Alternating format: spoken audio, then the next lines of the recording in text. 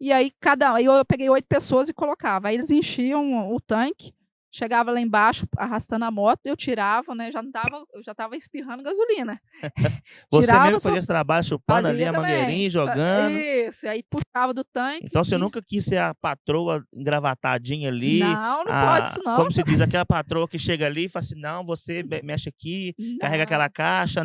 não tem disso não. Ainda não conheço essa Ó, versão, você não. que tá aí no chat agora, que trabalha com a Camila na American Burger, escreve aí se é verdade, viu? Se É, ela realmente puxa a caixa lá dentro da American Burger. puxa caixa. Então, assim, aí eu peguei e fui para a fila 40 vezes com as 8 pessoas. E fui enchendo tirava do combustível da moto lá e colocava no galão e tudo, saí do posto com 1.800 litros de combustível. E aí deu para trabalhar uma semana, mesmo depois voltou né, a restabelecer o combustível, mas os postos estavam muito cheios, porque o pessoal, né, eles estavam voltando para abastecer, então a fila era gigante, isso atrapalhava o trabalho. Então eu consegui fazer com que o pessoal colocasse os combustíveis que a gente tinha comprado naquela época. E aí foi o melhor momento, a gente conseguiu crescer. Então eu falo que foi um momento difícil, mas que serviu para a gente crescer no mercado. E com 13 anos eu ganhei um patinete e eu pegava esse patinete para fazer entregas de Avon. E eu vendia Avon e entregava, né, com esse patinete. E tudo começou assim, mas eu nunca pensava. Eu queria estudar e fazer uma carreira, um concurso público. Eu não pensava, eu nunca segui esse caminho. Nunca, quando a gente é criança, o que você quer acontecer quando crescer? Nunca falei ser empresária, mas dentro de mim já tinha aquele sexto sentido lá dentro que eu não percebia. E assim foi. Quando eu fiz 17 anos, eu passei no vestibular para engenharia mecânica na PUC. Então você era estudiosa, porque passar para engenharia na PUC com 17 anos de idade tinha que estudar muito. Um pouquinho, né? A gente gosta, Sim. mas vamos lá. Matemática pura, né? Um pouquinho. Ah. É. E aí meu irmão também, eu tenho um irmão mais velho, ele também havia passado em Direito. E aí minha mãe, 2 faculdades caras, minha mãe falou assim, cara, como que a gente vai fazer? Estuda 6 meses e depois dos 6 meses a gente vê como que a gente faz para poder pagar. E aí eu estudei os 6 meses, ela foi lá e falou assim, vamos vender o carro que a gente tem e paga a faculdade. Falei, então beleza, aceitei, a gente tinha um Uno na época, vendi, e aí ela falou assim, agora a gente renova por mais 6 meses, depois a gente vê como que faz. E se passou 6 meses, ela não tinha mais o carro, não tinha mais o que vender, e a gente falou, gente, como que a gente agora continua a faculdade? Ela falou assim, vamos fazer o seguinte, ela era professora da rede municipal, eu tenho um consignado e eu vou fazer esse empréstimo. E quando ela começou a fazer esse empréstimo, ela conheceu uma pessoa que falou assim, eu tenho uma vaga lá, eu estou precisando de uma pessoa para trabalhar, quem sabe, né? Ela falou que eu estava precisando trabalhar, primeiro emprego, eu já tinha tentado várias oportunidades, mas o primeiro é sempre mais difícil, não tinha experiência, tentei posto de gasolina, como frentista e outros, e não conseguia. Aí ele falou, eu tenho essa oportunidade que se ela quiser, ela pode vir amanhã. E aí ele fez o empréstimo, a gente conseguiu pagar a faculdade e eu fui lá procurar um emprego. Quando passou um mês que eu estava trabalhando, ele falou, olha, eu tenho uma oportunidade de você ter uma franquia sua ou continuar trabalhando comigo. Eu não tinha nem assinado a carteira ainda porque eu estava no período de experiência. E era qual segmento a franquia? BMG, que era o empréstimo consignado. Sim, sim. Então ele falou, olha, eu tenho uma oportunidade de você abrir uma correspondente, né, e me ajudar com outras frentes numa região que eu não atuo. Falei, interessante. Eu pensei, falei, eu tenho CLT e tenho o risco, né, de ter, mas eu tenho a possibilidade de ganhar muito mais. Então, como que eu vou fazer? Falei, eu vou arriscar. Então, foi aí que eu tive meu primeiro contato mesmo, né, de gerir uma empresa, diante de ter tentado outras empresas, assim, para poder ter o primeiro emprego, eu meio que recusei, né, tipo, para tentar no mercado. E aí comecei, eu tinha um facilitador, que minha mãe era professora da rede municipal, então ela me indicava outros colegas para poder fazer, para poder contratar empréstimos e tudo, e foi crescendo. E aí eu fui tomando gosto por empreender, e chegou um belo dia que eu estava já no 4º período, eu consegui, assim, comprar um carro para minha mãe novo, consegui pagar a faculdade. Que bacana, né? Já retribuindo, Já né? retribuindo. Só que não era ainda o suficiente, porque eu tinha um sonho de me formar em engenharia mecânica. E nisso surgiu uma vaga de estágio na Fiat. E aí eu pensei, Fiat, engenharia mecânica é receita de sucesso, Com né? certeza. Vou conciliar, e aí eu estudava de manhã, fazia o estágio à tarde e coloquei um funcionário para poder trabalhar na loja. Só que chegou um ponto que não dava, porque eu não conseguia dar assistência para a loja e para a Fiat. Aí eu tive que escolher, novamente, entre a Fiat e o BMG. E eu falei, cara, eu estou na Fiat, então eu estou fazendo esse estágio, eu preciso crescer aqui dentro. Vou abrir mão do BMG. Aí ficou na Fiat. Aí fiquei na Fiat, com estágio. Só que aí voltei para aquela estaca zero de novo, porque o estágio não me supriu o que eu já Mas ganhava. deixa eu te fazer uma pergunta. Vamos pausar a sua história. Você ficou na Fiat porque te dava mais condição financeira, você ganhava mais, ou porque a Fiat é uma empresa que poderia te dar mais possibilidades? Podia me dar mais possibilidades, porque eu era estagiário, então eu fui para ganhar R$ 500, era quase que o que eu gastava para chegar lá, na Fiat. Então, assim, era pensando em crescer já que eu estava fazendo engenharia mecânica. Sim.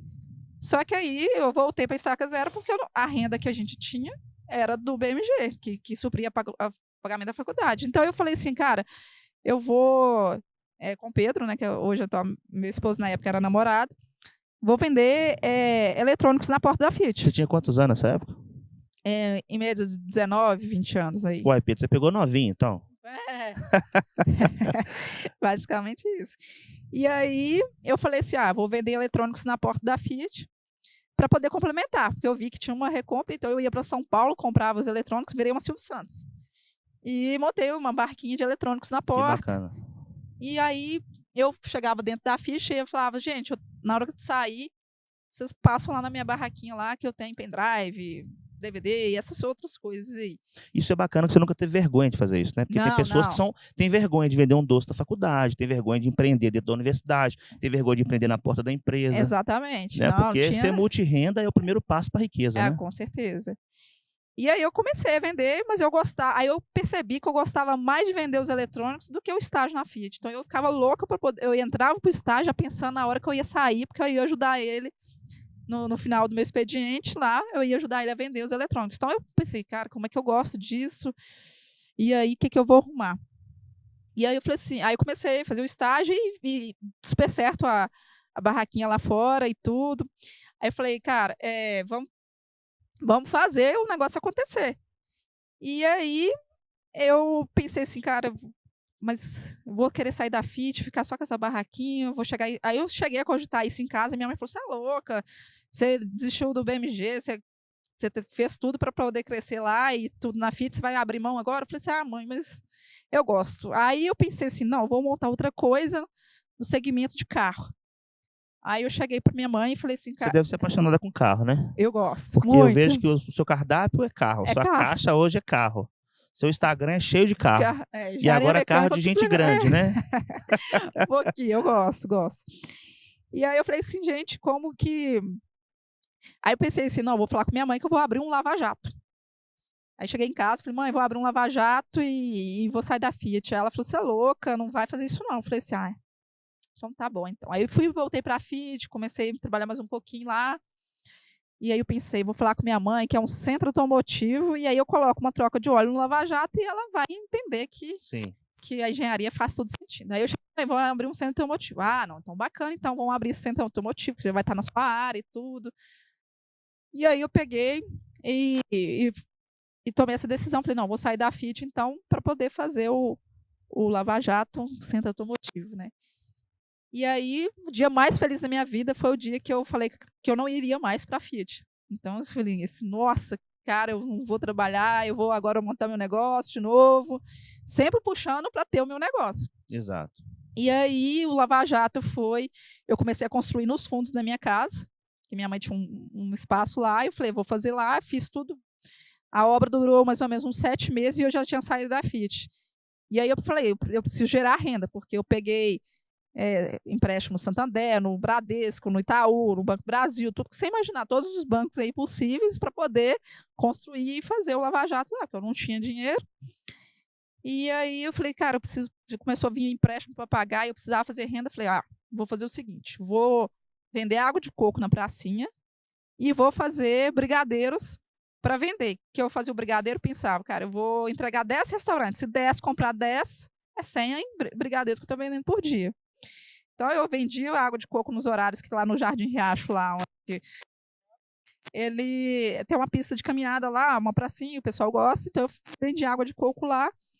E à noite eu fazia esses brigadeiros para distribuir, até que o Lava Jato ficasse pronto lá e tudo. E aí eu. Pra gerar caixa também, né? Como é que é? Pra gerar caixa também. Exatamente, né? para poder pagar aí as despesas. Então eu tinha que me dar meu jeito, eu não tinha dificuldade. Isso é uma coisa interessante, porque a maioria das pessoas elas não entendem que não adianta ficar de braços cruzados esperando pra gente ficar pronto, né? Exatamente. Se não correr atrás de dinheiro, não. Como se diz o Mário Sérgio Cortella, vaca não dá leite. Não dá mesmo, não.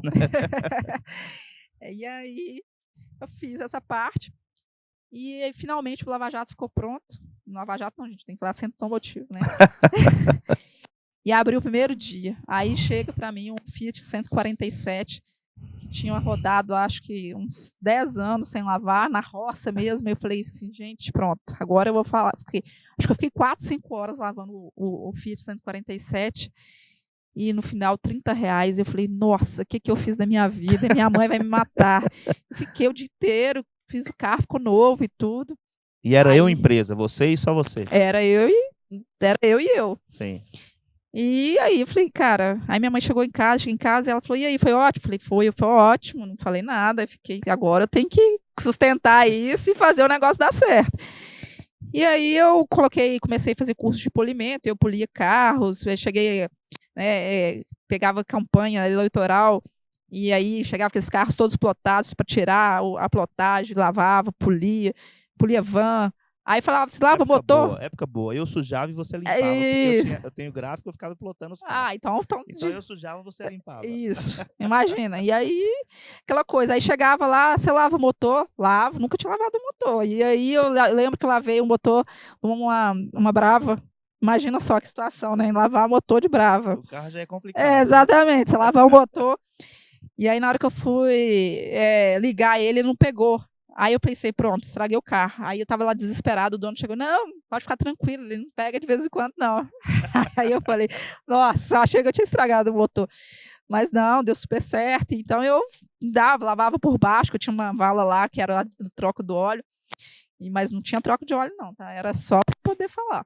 Sim. E aí eu lavava por baixo do carro, lavava tudo, e era de segunda a segunda, aquela coisa toda.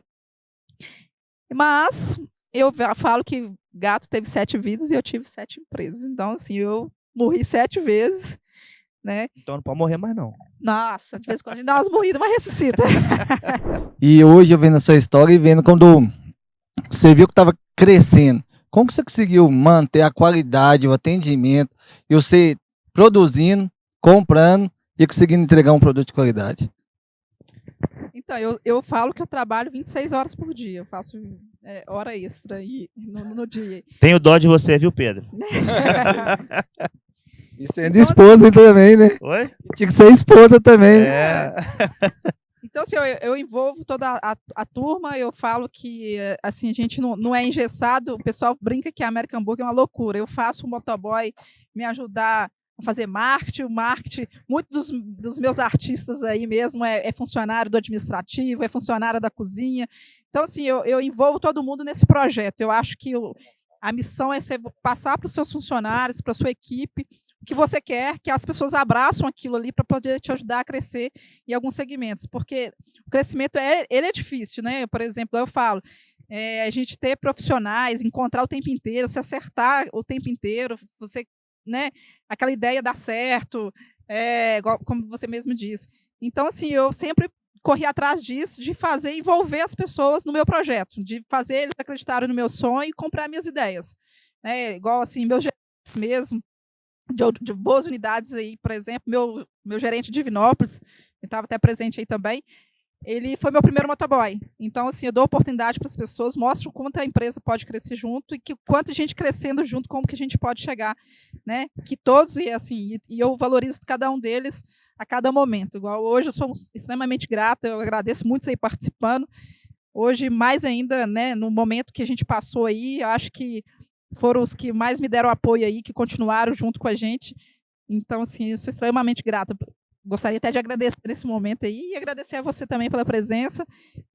Eu estou aí à disposição, o que precisar, pode contar comigo para contar uma experiência, para mostrar também que desafios tem todos os dias. Obrigado. Alguém mais tem pergunta? Charles tem uma pergunta? Ei, boa noite. Boa noite. De onde tem essa força da mente para ser tão resiliente a cada dia, a sair das adversidades e sempre achar o caminho? Fala para nós. Primeiramente a Deus, né? Porque assim, é Deus o tempo inteiro. Ele me, tipo, às vezes eu questiono, não, por que isso? Mas assim, o tempo inteiro eu vejo que as mãos de Deus, ela abençoa a gente, ela protege a gente, ela guia a gente o tempo inteiro. E a força mesmo de querer realizar esse sonho. E eu vejo as famílias dos meus funcionários, o crescimento deles quando eles compram um carro, quando eles compram um apartamento, isso me motiva a cada dia mais a correr atrás para poder motivar eles a crescer junto comigo, a buscar isso. Então, assim, quando eu vejo pessoas que, às vezes, né, o sonho era ter um carro e consegue conquistar com a minha empresa, isso me dá força e energia para virar qualquer desafio que venha aí acontecer. Então, assim, são essas coisas que me fazem aí acreditar no projeto cada dia mais. Já vão rodando o microfone aí que eu tenho uma pergunta para ela aqui.